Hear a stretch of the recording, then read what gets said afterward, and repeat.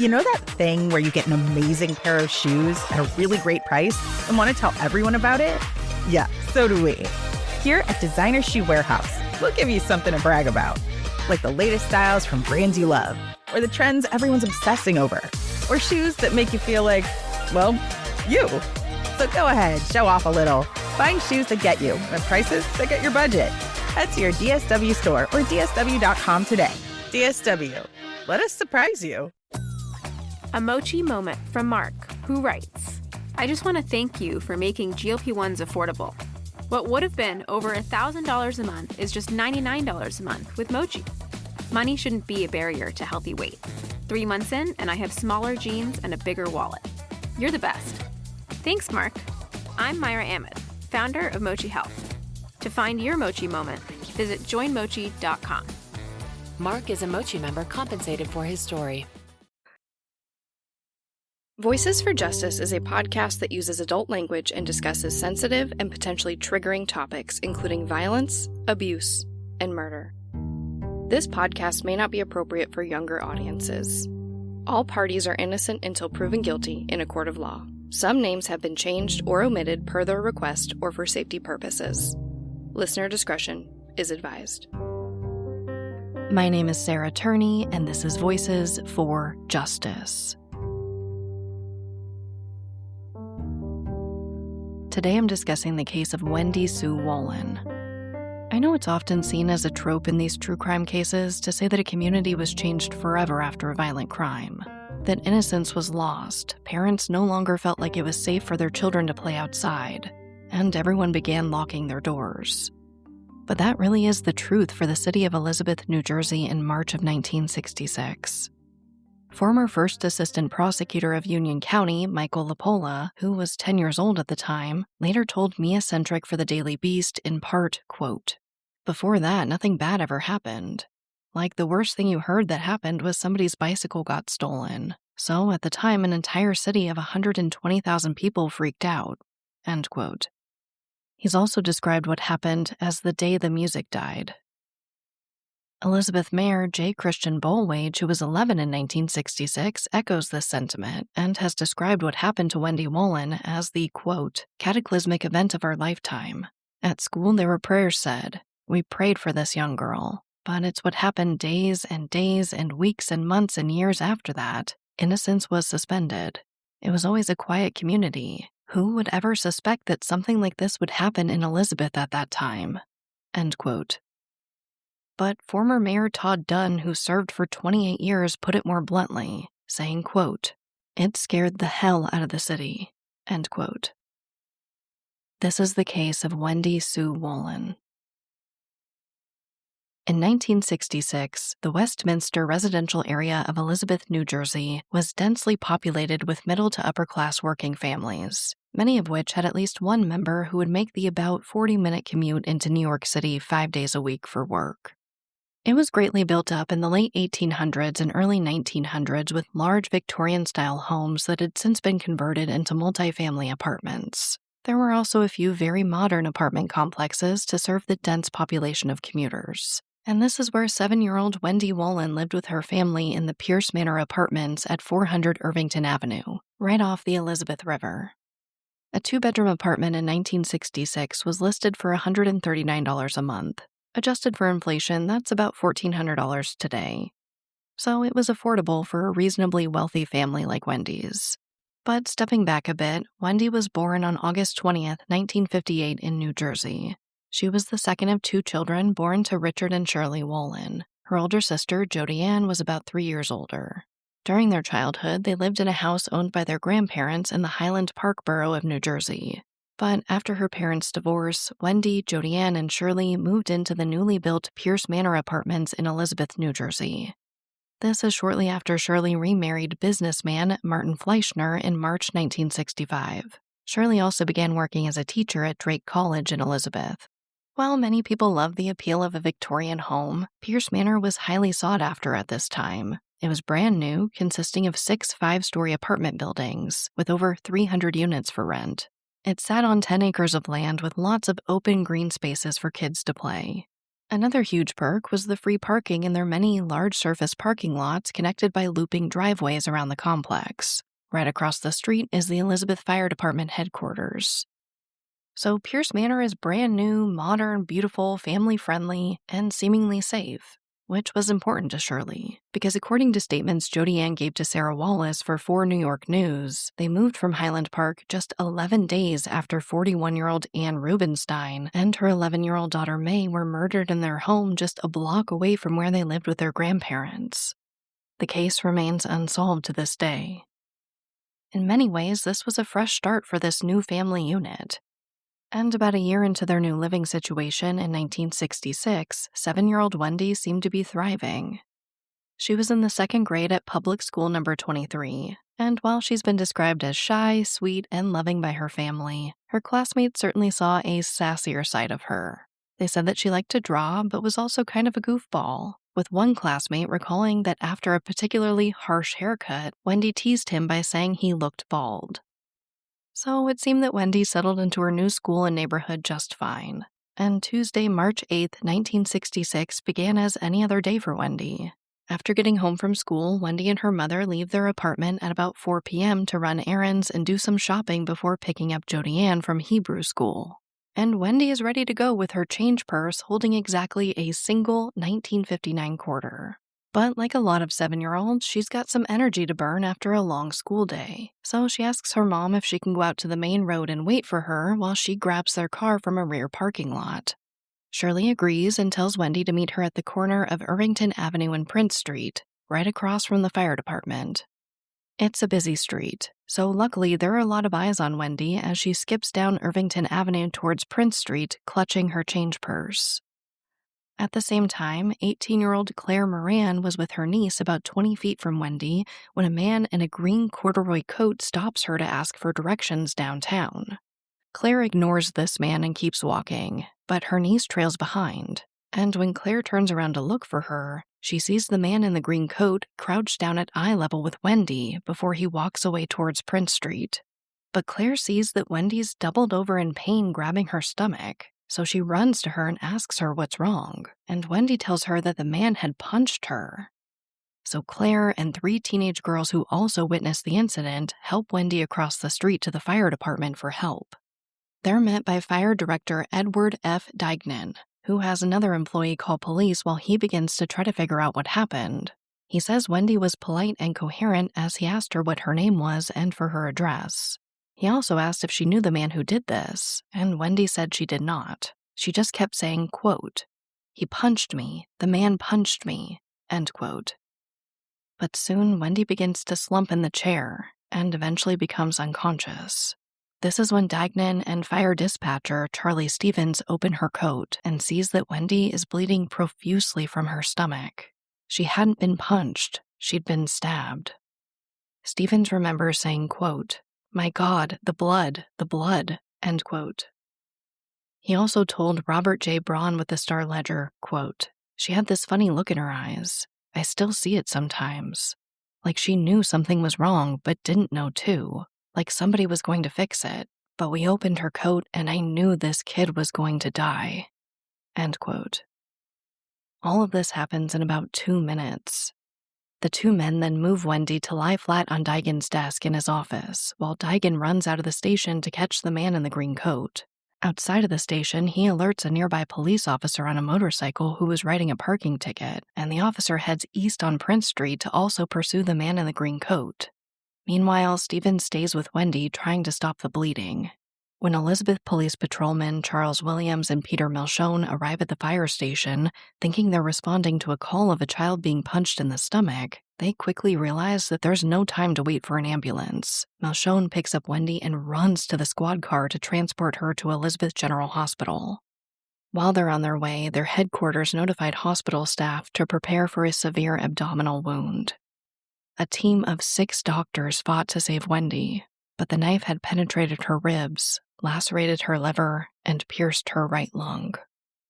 7-year-old Wendy Sue Wolin was pronounced dead at 5:15 p.m. And within hours, a 300-man city police force was mobilized to look for her killer. This episode of Voices for Justice is brought to you by Quince. I've been trying to be more intentional about what I wear each day. I'm leaning into pieces that feel effortless, comfortable, and still put together, and Quince has been my go-to. The fabrics feel elevated, the fits are flattering, and everything just works without overthinking it. They use premium materials like 100% European linen, organic cotton, and ultra-soft denim. And the best part? Everything is priced 50 to 80% less than similar brands. They work directly with ethical factories and cut out the middlemen, so you're paying for quality and craftsmanship, not brand markup. I recently just ordered their tiered linen dress, of course in black. I wanted to pair it with one of my favorite pairs of brown wedges. The problem was, I didn't have a brown purse. So I got that from Quince too. It's one of my favorite outfits. It's easy, effortless, and feels amazing, especially as we're getting a little bit warmer here in Phoenix. Refresh your everyday with luxury you'll actually use. Head to quince.com/justice for free shipping on your order and 365-day returns. Now available in Canada too. That's QUINCE.com/justice for free shipping and 365-day returns. Quince.com/justice.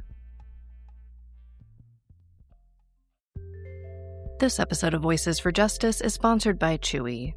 If you have pets, you probably know about Chewy, and you also know that when they say that they have everything you need to keep your pet happy and healthy, they're not messing around. To keep them happy, Chewy has over 100,000 products from all the brands my pets love at prices I love. To keep them healthy, Chewy offers pet prescriptions, pet insurance, telehealth vet visits, and they're even rolling out vet clinics across the country.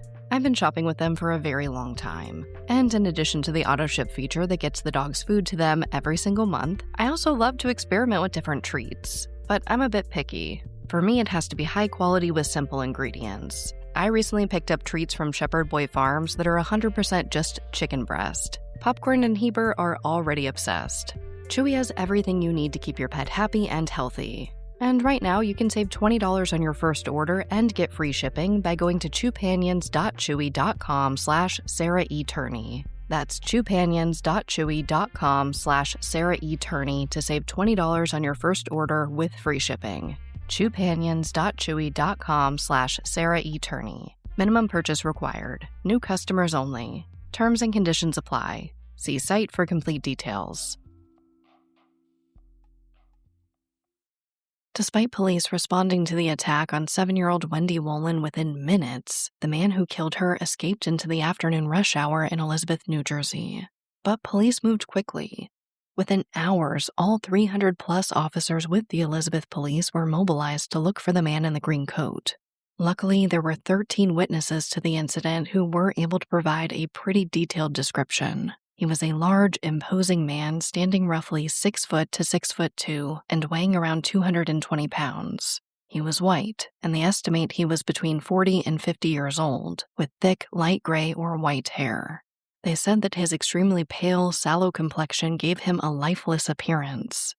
He walked stiffly, sometimes with a slight limp, and he was dressed neatly in a 3/4-length green corduroy coat, dark gray or green trousers, brown shoes with white socks, and a dark fedora hat.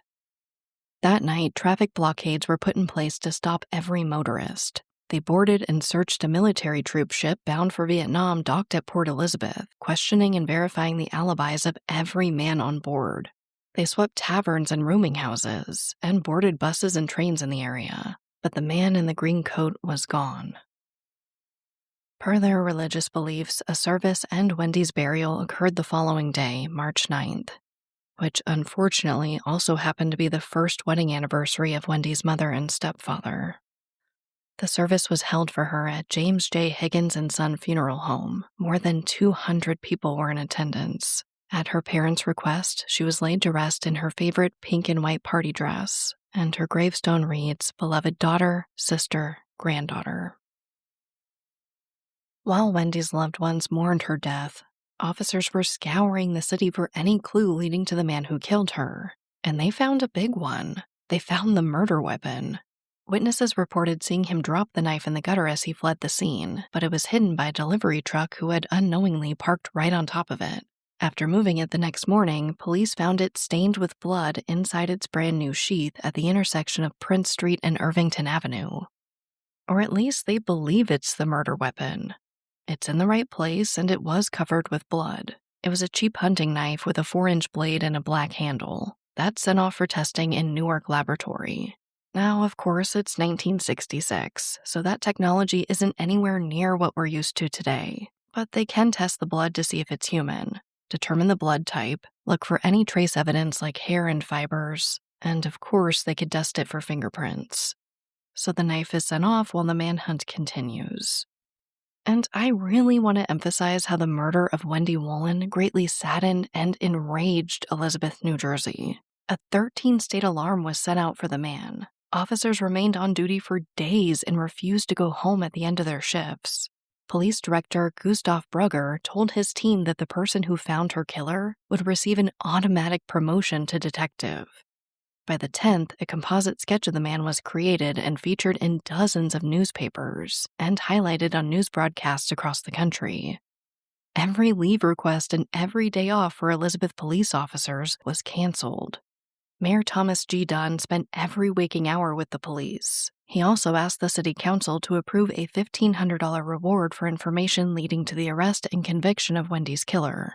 They gave him $2,000, which is about $20,000 today adjusted for inflation. And the following day on the 11th, the city council added the additional $1,500 to the reward fund. The Star-Ledger called this the most intensive manhunt in the city's history as detectives from the Union County Prosecutor's Office joined the investigation. They had already received hundreds of phone calls and picked up every man in the city who'd been held for sex or disorderly conduct charges, and every man accused of molesting children. This search only intensified after police were able to connect this man as the likely perpetrator of a series of other incidents within 1 mile and 1 hour of Wendy being killed. Here's what they found. At 3:15 p.m., approximately 45 minutes before Wendy was killed, a 12-year-old girl named Diane D. Nicola was outside of a department store when she was punched by a man matching the same description for no apparent reason. It knocked her to the ground and caused severe bruising to her right eye and cheek. 2 men chased the man, but he eventually got away. 15 minutes later, 10-year-old Patricia LaVope was on her way home from school when a man with either a stick or a sharp instrument stabbed her in the buttocks. She was hospitalized, but luckily she made a full recovery. And just minutes before Wendy was killed, a 16-year-old girl who has not been named in the media reported that a man put his arms around her, attempting to sexually assault her less than a block from Wendy's home. Now, luckily, she screamed and the man fled. While these incidents have never been formally linked to Wendy's killer, most investigators and residents believe them to be related. I mean, what are the odds of several men fitting the description of Wendy's killer committing these acts within 1 hour and 1 mile of her murder? It seems slim. But even after releasing the sketch, questioning more than 1,500 men, and setting up a dedicated tip line for the case, police still couldn't find the killer. However, after that sketch was released, they did receive a pretty promising tip. A bus driver named Leon Yurkis comes forward and reports that he believes he saw Wendy's killer at approximately 4:20 p.m. on Prince Street. The bus was out of service, but the man pounded on the doors asking to be let in. He described the man as being euphoric or on cloud 9. So this confirms the direction they believe the man was headed in, and that he was likely seeking transportation out of the area as soon as possible. It doesn't point them to the killer, but it does give them reassurance that they're on the right track. Elizabeth police also did their legwork in tracking down where the murder weapon came from. They trace it back to a Boyer's hardware store in Elizabeth, where it was being sold for $1.50. They also worked with the store to determine that a total of 6 people had bought this specific knife, but they don't know who purchased them. So the police make an appeal to the public to come forward if you are one of the 6 who purchased the knife. They also show images of an identical knife in the local paper for comparison. The police director told the Star-Ledger, quote, "We pledge these buyers with absolute secrecy, and we could easily eliminate 5 and concentrate on the 6th person if the purchasers would contact Elizabeth Police Headquarters," end quote. But it seems that no one ever came forward. These investigators and police officers are really following every lead they can, and seemingly banging their heads against the wall to come up with anything that'll help them catch this guy. And on March 17th, they do something that I don't think I've ever seen done before. They go to a grand jury for a former murder indictment against John Doe. Now, when I first read this, I thought that maybe they found a man that they believed killed Wendy, and for some reason they just weren't naming him. But that isn't the case. They were granted this indictment for Wendy's unknown killer to preemptively facilitate an immediate extradition if a suspect were to be arrested in another state. I'm telling you guys, I've never seen a department so active and dedicated to finding a killer. And really, honestly, progressive. Not long after, about 2 weeks into the hunt for Wendy's killer, the Elizabeth police do something else I don't think I've ever seen done before in a case like this. They bring all 13 witnesses to a ballroom inside the Elizabeth Carteret Hotel to look at living models of Wendy's killer. They actually use Broadway actors Charles Reynolds and Richard Hoe for this. The idea is to make the men look as close to the suspect as possible using clothing and makeup. After that, they'd take and distribute photographs of them to other law enforcement agencies across the country. So the men are put in their costume and their makeup, and a police officer asks the witnesses, is his hair too thin? Does the hat look right? Is this the right color shoe, the right color jacket? You get the idea. This line of questioning and tweaking the men's appearance goes on for about an hour. And then one of the witnesses says he had broad shoulders like him. But they aren't pointing at either of the models. They're pointing to a man named Michael D. Roy, who just so happens to be the chief of police.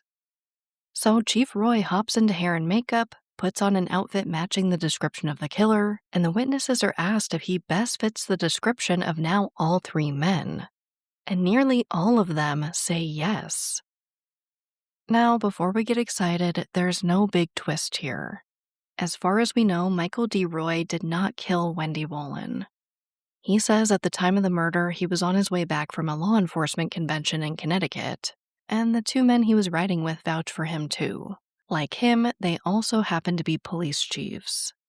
So it's about as solid of an alibi as you can get in 1966. But if you're like me, I was also not convinced. So it's also worth noting that the witnesses say he was shorter than the man who did it. His complexion was darker, and apparently he had much more hair than Michael D. Roy. So even the witnesses say it wasn't him, but in makeup, it was pretty close. So despite hiring these actors, it seems that their best model was there all along. Chief Roy is the one who's photographed in this makeup and costume. These photos were used to create wanted posters for Wendy's killer that were distributed across the eastern United States. Chief Roy also recreated the look and appeared on a variety of television programs highlighting the case. It was so impactful that citizens often mistook him for Wendy's killer and reported him to the police. But it never led to finding the man who was truly responsible.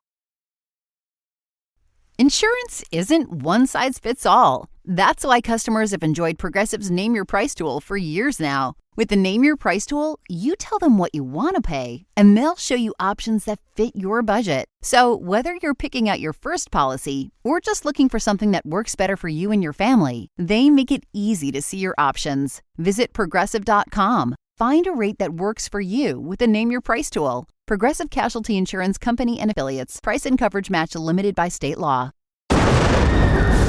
What they did to your family, you're lucky to make it out alive. Streaming on Peacock. These men are going to come after me. Taking them out is my only chance.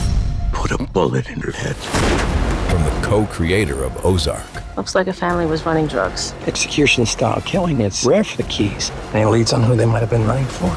The cartel killed my family. I'm gonna kill them. All of them. MIA. Streaming now. Only on Peacock. Just a few weeks into the manhunt for Wendy Wolin's killer, it seems that authorities have gone above and beyond to solve this case, but really aren't coming up with any tangible leads. So Wendy's mother Shirley makes a public plea to her killer.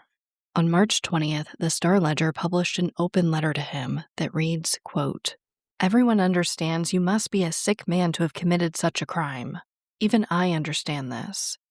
It is not revenge I seek, because finding you will not bring Wendy back to me, but it will prevent you from harming another child. That is why I appeal to you, in the name of humanity, to give yourself up to authorities. It is the law of the land that you will be given legal protection, and this you will be given. I ask this not in hate, but in fear of what you might do again." End quote.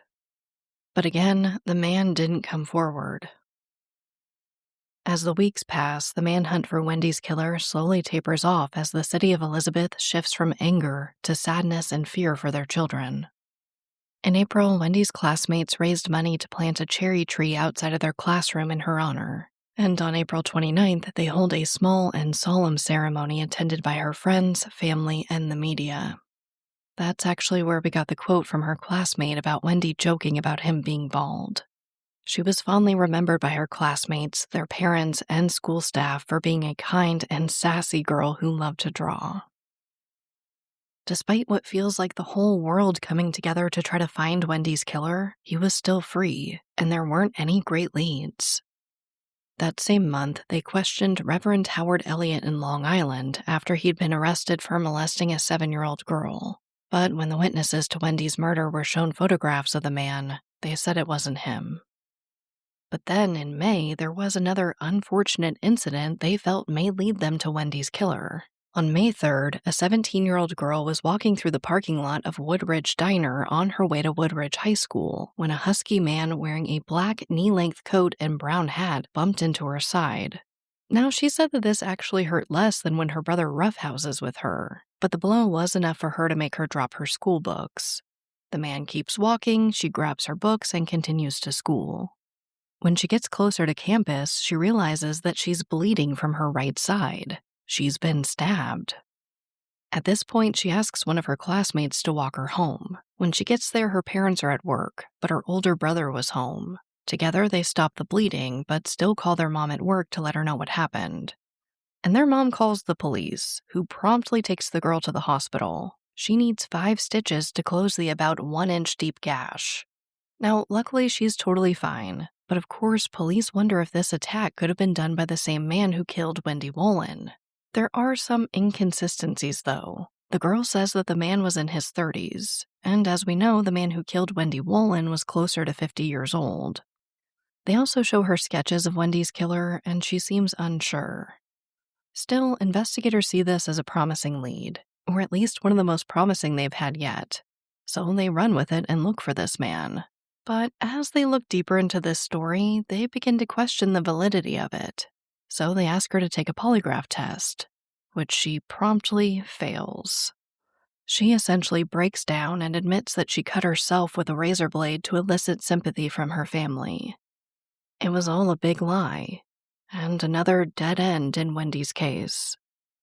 I mean, really, it seems like this case is full of them. 3 similar incidents within 1 hour and 1 mile of her death. The bus driver who saw the man. The officer who was just minutes behind the killer but never found him.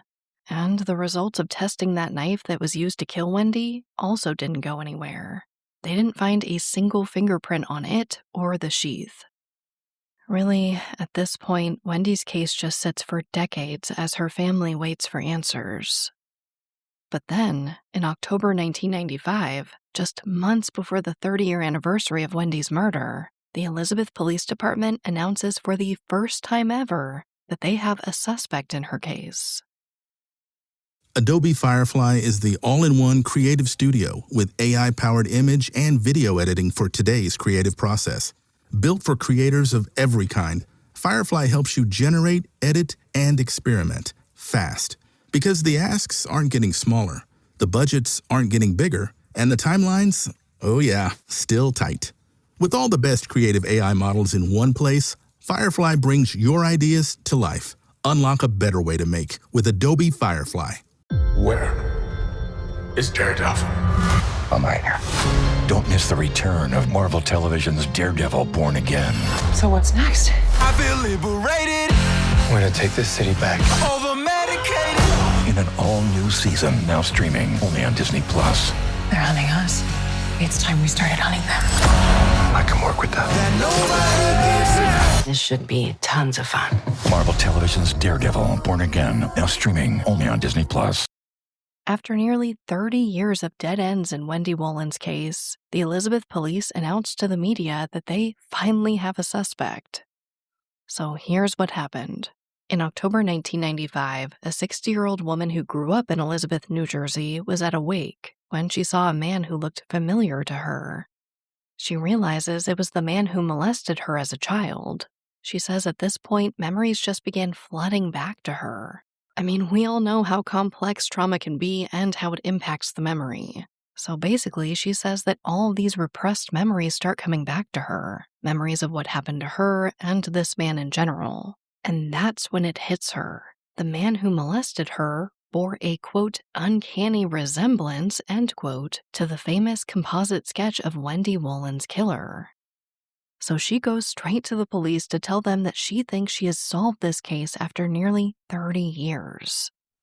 Now, Wendy's case is still open, really perpetually open, as we often see in unsolved homicides like this. So they find out where this man lives and they knock on his door.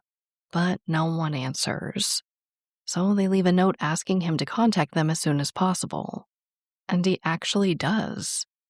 He calls detectives and agrees to sit down for a formal interview, and they discover that this man had an extensive history of mental illness.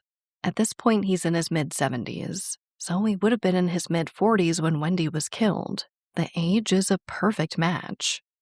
He was from Elizabeth, New Jersey, and was living about 10 miles away in Woodbridge when Wendy was killed. He also freely admitted that in the mid-1960s, he'd often wear a gray fedora and a dark green coat, literally the exact outfit of the killer. And you guys, when police dig deeper, they find out that on the day Wendy was killed, this man called in sick to his factory job, so he had no alibi. This man is basically a perfect match to Wendy's killer. So they are pumped. They tell the media they have a suspect and it's all over the news. They also get in touch with the man's relatives to obtain a photo of him from 1966. They then take this photo to 5 of the original witnesses. Now, 2 say that they aren't sure if this is the man who killed Wendy, but another 2 say that they are absolutely sure. And the 5th witness begins sobbing when they see the picture and tell police that he is the man they've been looking for. So investigators bring this man back in for 2 polygraph tests. He breaks down during questioning, but maintains his innocence and ultimately passes.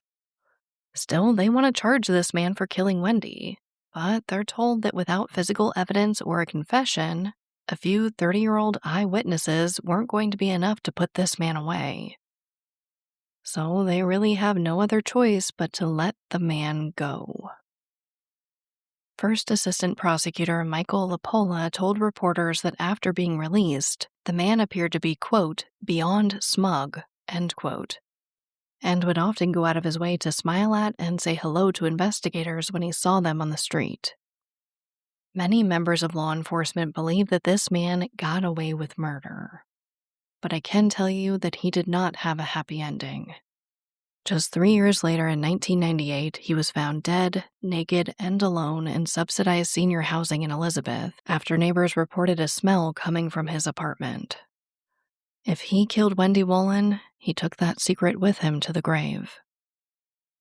And again, her case just sat for about another 15 years until the 2010s.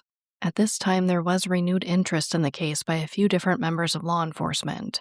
First was retired Detective Lieutenant John McGuire. He pushed to have the evidence in her case retested, specifically Wendy's clothing and the murder weapon. But when investigators went to retrieve these items to send off for testing, they discovered that the knife had somehow disappeared from the evidence room. An explanation for how this happened has never been given, and the knife itself has never been recovered. But they still had her clothing. However, due to improper storage, it was too degraded to yield any results when tested. For a department who utilized every resource to solve this case in 1966, it is truly heartbreaking. But still, they weren't giving up. The second member of law enforcement to look at Wendy's case at this time was the Elizabeth Police Captain, Todd Mooney. He grew up in the city and remembers when Wendy was killed. He unofficially reopened the case and appealed to social media to spark new leads. He created a Facebook group where hundreds of Elizabeth residents shared memories and tips. This led Mooney to look at a possible connection between Wendy's case and the still unsolved 1965 Rubenstein murders in Highland Park. I told you about those very early in the episode. They happened 11 days before her family moved to Elizabeth. But despite these good faith efforts, nothing came of it. Wendy Wolin's family never found out who killed her. This, of course, greatly impacted her family. Shirley and Martin never celebrated another wedding anniversary, as it marked the day they had to bury Wendy. The last update we have in Wendy's case comes from October 2016, when her sister Jody Ann and stepbrother gathered at the intersection of Irvington Avenue and Prince Street to dedicate a small garden of rocks and flowers funded by the city of Elizabeth to honor Wendy's memory. Jody Ann said that she wanted a memorial for her sister for years, but that their mother didn't like to discuss what happened to Wendy. She says that back in 1995, when they announced a suspect in her case, her mother even turned down an opportunity to appear on the Oprah Winfrey Show. She told Marissa Laddie for NJ.com, quote, "My mother wouldn't talk for anything, for any trips, any perks, anything. She was not going," end quote. She said that after the murder, her mother rarely spoke about Wendy, and even took down her photos. She explained that Shirley lived in pain and agony over her daughter's death until she passed in 2010. Jody Ann added, quote, "You live with it. You don't ever get over it. Ever." End quote. Which brings me right to our call to action. Please share Wendy's case. Many who knew Wendy are gone now, but not all. It's been over a decade since they last tested the clothing she was wearing on the day she was killed. We know how much DNA testing has changed since then, and we also know that media pressure moves mountains. Wendy's case is overdue for a fresh set of eyes and for new testing, so please share her case in hopes that the Elizabeth Police Department knows that even now, as of recording this episode nearly 60 years to the day that Wendy Wolin was killed, people still care about finding the man in the green coat who did this to her in 1966.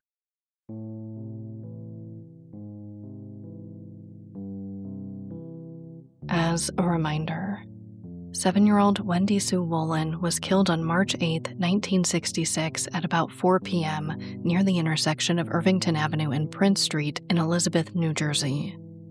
The man who killed her is unknown, but he's been described as a white male about 6 foot to 6'2" and weighing around 220 pounds. They estimate that he was 40 to 50 years old with thick light gray or white hair. He was extremely pale with a sallow complexion. He walked stiffly, sometimes with a slight limp, and he was dressed in a 3/4 length green corduroy coat, dark gray or green trousers, brown shoes with white socks, and a dark fedora hat. Anyone with information is asked to contact the Elizabeth Police Department at 908-558-2000. But, as always, thank you, I love you, and I'll talk to you next time. Voices for Justice is hosted and produced by me, Sarah Turney, and is a Voices for Justice media original. If you love what we do here, please don't forget to follow, rate, and review the show in your podcast player. It's an easy and free way to help us and help more people find these cases in need of justice.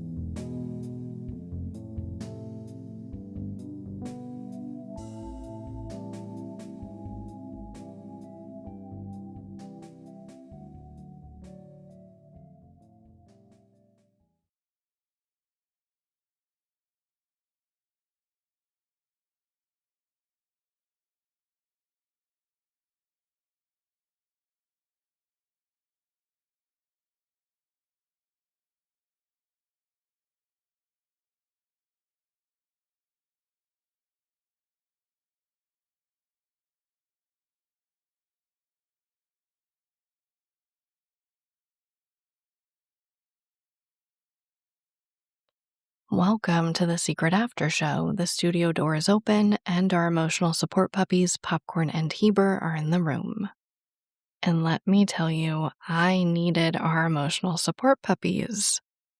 This is such a devastating case, and of course, every case I talk about is devastating, but something about this, it was the combination of something like this happening in broad daylight right outside her home to such a young child with so many people around, and really this whole city mobilizing to help find this killer and never finding him.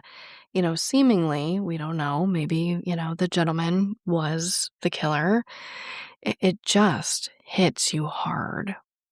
I mean, it's just unspeakable. And like these statements, there were so many statements from people who knew Wendy, who were around at the time, and it's just heartbreaking. Charles Stevens, that dispatcher at the fire department who was there and, helped stop the bleeding or tried to, when he was last interviewed around 1995, when, the suspect was, released or whatever, he said he still had nightmares about the case.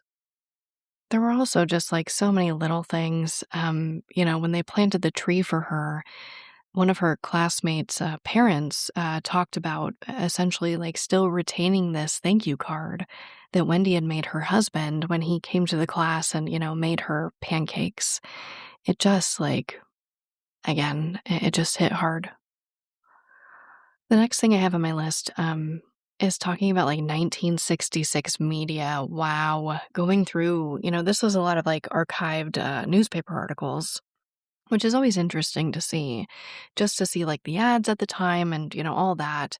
But also like how the media described things. And I wanted to read you the exact quote about her telling the boy that she looked bald, right? In that article, again, a lot came from that cherry tree article, but it said, quote, "Little Roy Cogan recalled, she tried to make people laugh. One day I got my hair cut and Wendy said, you look bald. And that was like in all the tears that I shed over this case, that made me literally laugh out loud. Because it's just, it's such a thing that a 7-year-old would say. And the way that this 1966 media, is portraying it is just like some of it was so funny. The way that they talked about these kids, like little Roy Cogan, and then some of it was shocking, right? Because of course our verbiage has kind of changed, I think, especially when it comes to violent crime. We're a bit more sensitive to it now. Because a lot of these articles kept calling her like the dead girl, the slain girl. It's just little things like that like make you stop and take pause. And I think in a way appreciate how media has evolved to be more sensitive. But I will say, let's bring back the funny quotes from kids. Because I think that in the face of something so tragic, there's something so honest about that comment that kid's reflecting back, she called me bald, and I'm sure at the time he didn't appreciate it. But in hindsight, it seems like he saw the humor. But again, he's like a 7-year-old, so who knows? I just implore you guys, if you go to, some newspaper archives, look at how the media used to report on things. It's very interesting. Which brings me right into media discrepancies. There were a lot, really centering around how the series of events happened when Wendy was killed, which way people were walking, how many people were around. Even at one point, one article said that she was 9 years old and not 7. Like, it was like your general mistakes that I was able to clear up mainly through, quotes. But this was so widely covered that it makes sense to me. When you search for her name in these archives, it's just endless articles from 1966, endless articles from 1995 when they talk about the suspect. And then after, like that one article about the garden for her in 2015 or 2016, I believe, it's just gone. There's just nothing left. So I really hope, I know I say it all the time, that media pressure moves mountains, but like so few people have talked about Wendy's case, which really surprised me given all the twists and turns that, normally appeal to a true crime audience. I was shocked to see that so few people covered it. So I hope truly that you'll share it, and I hope that it makes some other creators pick it up. And with the 60th anniversary, just a few days after this episode airs, I'm really interested in seeing what happens. I'm really hoping that there's some renewed interest. But let's go on to our heroes of the episode. Number one, Charlie Stevens, the dispatcher at the Elizabeth Fire Department. And I think that's because he gives such a raw, real, and I'm assuming honest recount of what happened that day. He removes Wendy's coat and basically watches her die on his boss's desk. Absolutely horrific, and you can tell that it haunts him. I wanted to read you another quote about it. He says, quote, "I went home and it was like I couldn't get it out of my mind. Not that night, not the next day, not ever. I can still see her face. I can still see the blood." End quote. And like I said earlier, he said that he still has nightmares. And this was in 1995, nearly 30 years after it happened. So he makes this hero of the episode for, being a first responder, dealing with this heavy weight that this brought, and just trying his best to help. Which brings me into our next hero of the episode, and this is kind of a combination, right? I just put like the police departments, law enforcement, because my goodness, the efforts that were put into finding this killer were unreal. And not only, all of the police department, stopping everything they did, pausing all, PTO and vacations to try to solve this case, but also this, progressive mindset they had to try new things. I mean, my God, for the police chief to really put himself out there as I look like the killer. Sure, I will make myself look even more like the killer, pose for pictures that you then distribute across the country, surely knowing that he's going to receive some degree of harassment, right? Something about that is so brave. And again, just so progressive. So shout out to all law enforcement. And I will say again that I promise what I found does lead us away from Michael D. Roy as being the killer. And I did mention the episode, but when I read that, I was like, stop it. You know what I mean? I was like, no way. Could this guy be it? But again, as far as I could find, that does not appear to be the case. So I just, once again, as I honor him as a hero in this episode, I want to reiterate that it seems very clear that he was not involved. But let's go on to our segment of hope. Now, this is a very different segment of hope, but I think it applies, and once I talk about it, I think you'll know why.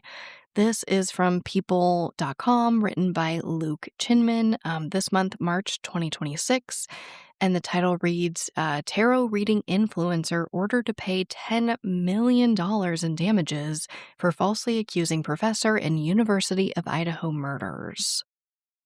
Now, the reason I chose this for our segment of hope is because when I saw it, the first thought in my mind was, oh my goodness, there is finally some type of justice for the hoaxes, I'm reaching for a better word than BS, the crap that some of these psychics, tarot readers, this realm of people do to these families. And again, I've said it before, I'll say it again. I'm open to these things. I do not think that all of these people are scammers, but it was very clear that this woman was, and now she's paying for it. And that is a form of justice that I wanted to highlight in our segment of hope. Now, if you have no idea what I'm talking about, let me read you a part of this article. It says, a federal jury ordered influencer Ashley Guillard. You guys know how I feel about bad people. I don't bother to look up how to properly pronounce their names. It's just a rule I have. But this woman has been ordered to pay University of Idaho professor Rebecca Schofield $10 million in damages for falsely claiming that Schofield was responsible for the 2022 murders of 4 University of Idaho students. Apparently, and I never came across her on TikTok. I don't think I've ever looked at her page, but according to this article, she's known online for theorizing about high-profile unsolved murders, sometimes by consulting tarot cards. And she made a series of posts on TikTok in November 2022 claiming that Schofield was responsible for the killings. A federal judge previously ruled that Guillard's statements were defamatory and based only on her, quote, spiritual intuition about the murders, end quote, but not any objective basis. The judge also noted that her social media posts continued even after the Moscow Police Department issued a press release in December 2022 stating that Schofield was not a suspect in the murder investigation. So it looks like Friday, February 27th, the jury ordered her to pay Schofield $6.5 million in damages for the allegations related to the University of Idaho murders and $3.5 million for false statements about an inappropriate relationship with a student. And Schofield does have a quote in this article. Quote, "The $10 million verdict reinforces the judge's decision and sends the clear message that false statements online have consequences in the real world for real people and are unacceptable in our community." The murders of the 4 students on November 13th, 2022 was the darkest chapter in our university's history. Today's decision shows that respect and care should always be granted to victims during these tragedies. End quote. I mean, I think she says it all. And I think that this is an important ruling to show that these people online who like to wildly speculate with no evidence and, I'll go out on a limb and say most likely for clicks and views and, the ad revenue that comes with TikTok, that they can't get away with this, that they won't get away with this. It just means a lot to me. And I really hope in our segment of hope that this ruling prevents future harm for families in true crime, for people connected to these cases, people impacted by true crime. But as always, thank you, I love you, and I'll talk to you next time.